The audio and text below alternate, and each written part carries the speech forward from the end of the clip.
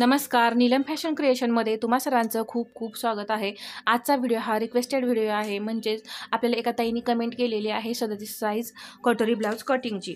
तर त्यांनी मापे दिलेली आहेत पहा। उंची आहे 14, गळा आहे पाठीमागचा 9 इंच, पुढचा गळा आहे 5.5 इंच आणि माग चेस्ट आहे 37 आणि कंबर आहे 31।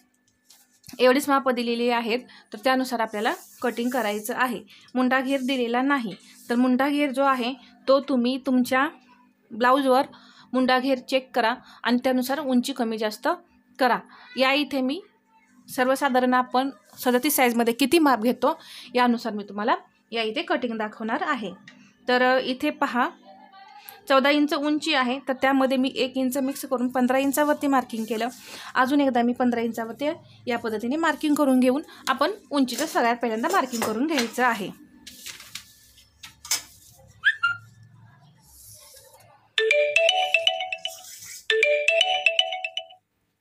तर या इथे पहा शोल्डर पाठीमागचा गळा 9 आहे, तर आपण या इथे 5.5 इंच शोल्डर घेऊया।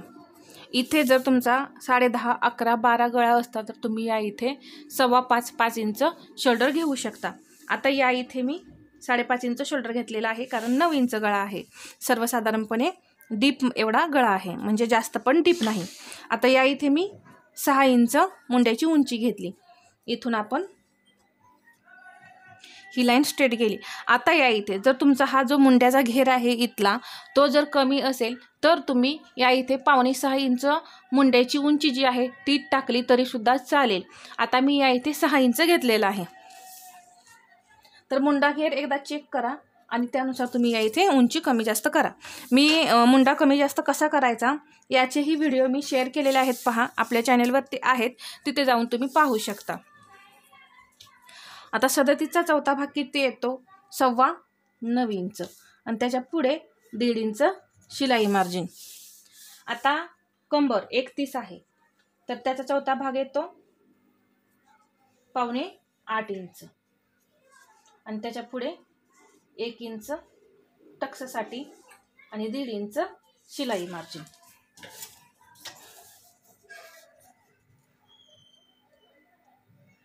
आता हे जे पॉइंट आहेत ते आपण जोडून घेऊ।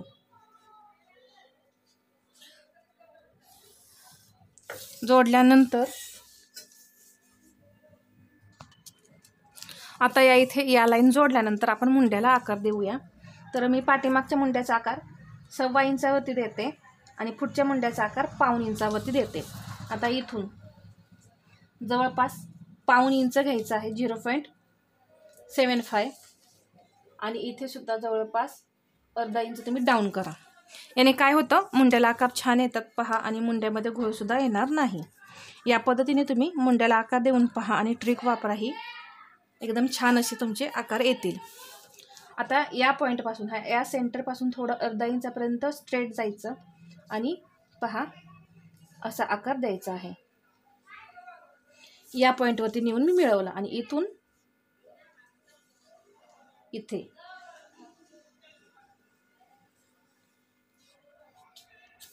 अशा पद्धतीने आपल्याला पाठीमागील मुंड्याचा आकार द्यायचा आहे। तर तुम्ही इथे आकार पहा एकदम सुंदर असा आलेला आहे। आता इथे 1.5 इंच आतमध्ये यायचं।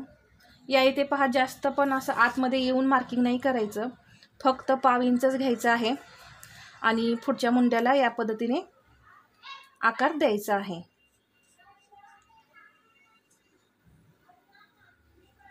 या पद्धतीने तर ही ट्रिक आहे पहा मुंड्याला आकार देण्याची। आता इथे अर्धा इंच शिलाई मार्जिन सोडून आपण मुंडा घेर मोजून घेऊया।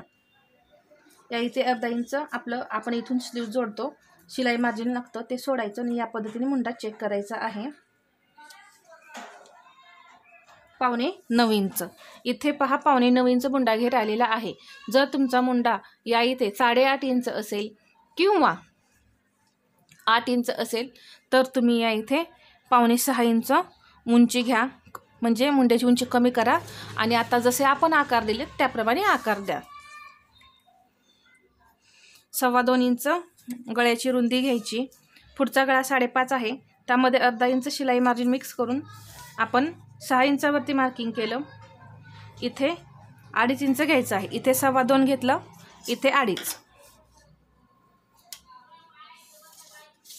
गळ्याची रुंदी 2.25 इंचच घ्यायची आहे डीप नेकमध्ये, कारण पहा या इथे मग परत आपले शोल्डर जे आहेत ते इकडे उतरत नाहीत, या इथे शोल्डर उतरू नये म्हणून अर्धा इंच पाव इंच घ्यायचं आहे, इथे डाऊन करायचं आहे गळ्याकडे।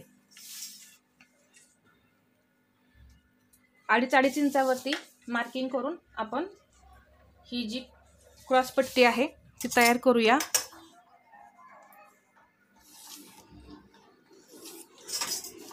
आता क्रॉस पट्टीला आकार द्यायचा कसा पहा, 1.25 इंच घ्यायचं इथून आणि इथे आकार द्यायचा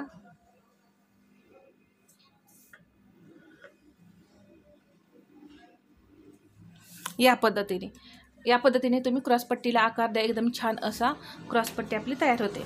आता 37 मध्ये जवळपास कटोरी आपण 5.5 इंच घेतो, तर आता तुम्हाला या इथे कटोरी कमी घ्यायची असेल, कमी लागत असेल तर तुम्ही या इथे 5 इंच सुद्धा कटोरी घेऊ शकता।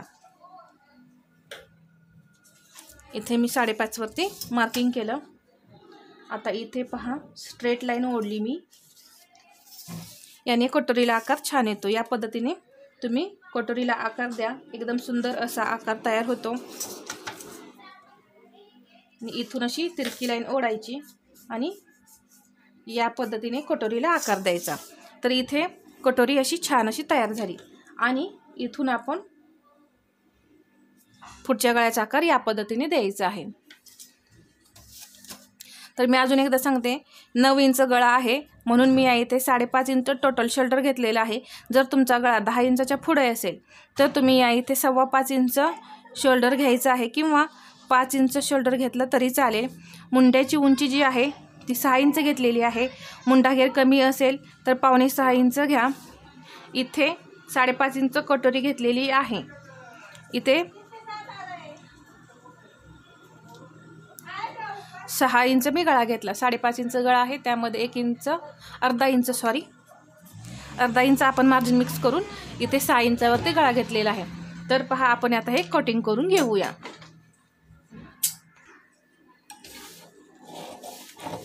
कटिंग करताना पहा हा जो आपण खाली आकार दिलेला आहे तो आकार आपल्याला कट करायचा आहे इथे या पद्धतीने, आणि हे शोल्डर जे आहेत ते तिरके या पद्धतीने कट करून काढायचे। आता आपण हे दोन्ही जे भाग आहेत ते सेपरेट करूया।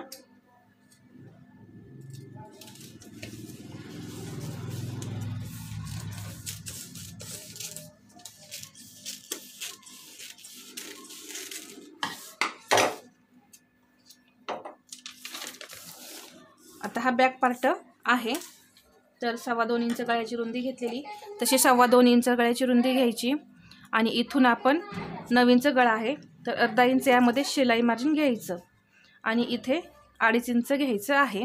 आणि एक आता आपण बॉक्स तयार करूया।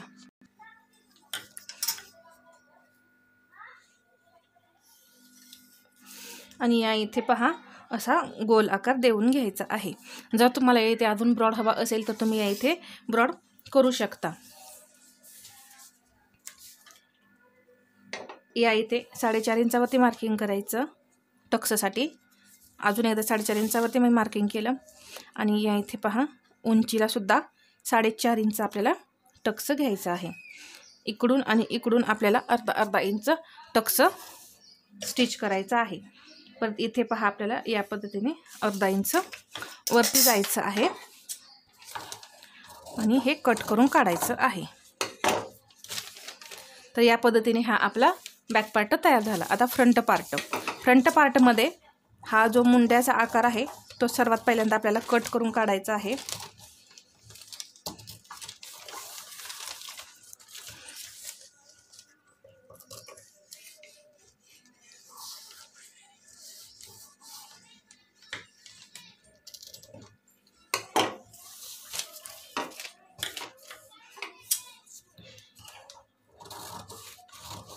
क्रॉस पट्टी, ही क्रॉस पट्टी जी आहे ती आपल्याला उंचीमध्ये वाढवायची आहे पहा।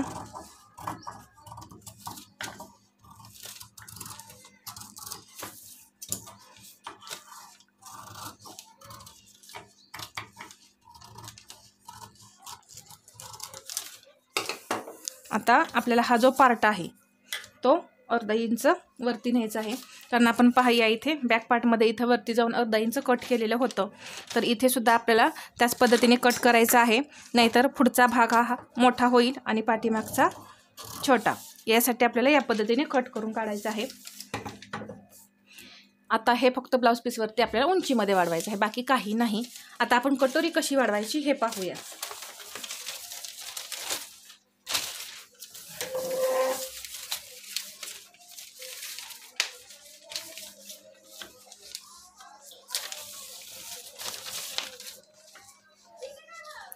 इथे आपण दुसरा पेपर घेऊ. ही जी कटोरी आहे ती आपल्याला आहे अशी ड्रॉ करून घ्यायची आहे.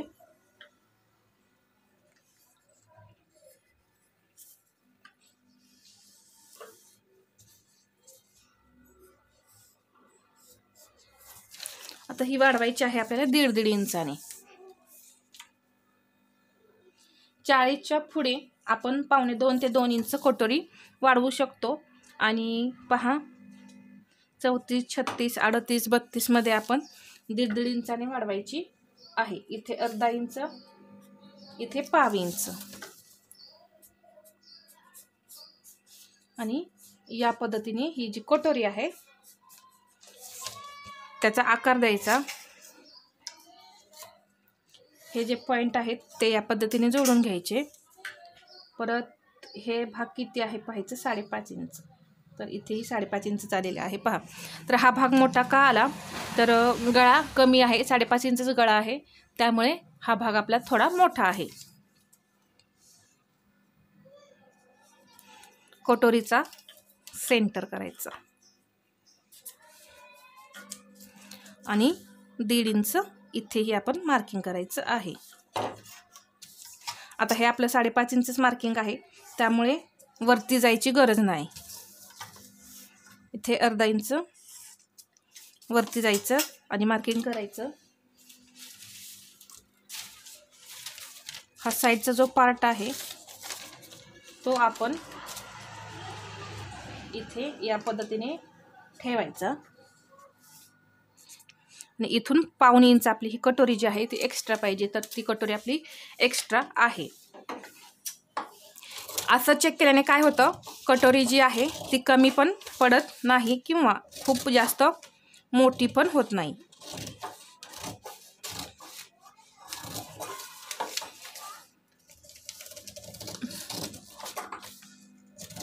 आणि परत पहा, जर तुम्हाला वाटलं गळा खूप छोटा होत आहे तर तुम्ही इथे परत स्टिच करताना गळा जो आहे तो वाढवू शकता. इथे असं सेंटर करून इथे आपण 1.5 इंच घ्यायचं आहे टक्स रुंदीला आणि उंचीला. आता ही 37 साईज आहे, जवळपास 38 साईजच्या जवळपास जातं, त्यामुळे 2.25 इंच उंचीला टक्स घ्यायचं आहे. आणि या पद्धतीने ही जी कटोरी आहे ती आपली तयार झालेली आहे. बाही कटिंग तुम्ही आपल्या चॅनलवरती जाऊन पहा, मी बरेच व्हिडिओ टाकलेले आहेत. तर हा व्हिडिओ आवडला असेल तर लाईक करा, शेअर करा आणि आपल्या चॅनलवरती नवीन असाल तर सबस्क्राईब करायला विसरू नका. धन्यवाद.